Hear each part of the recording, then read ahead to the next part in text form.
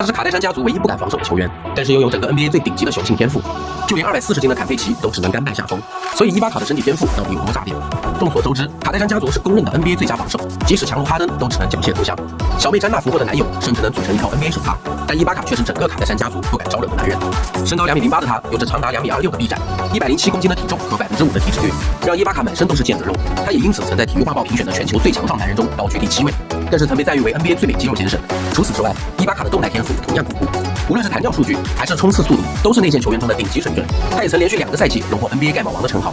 所以出色的身体素质和符合欧美审美的长相，让伊巴卡深受女性喜爱。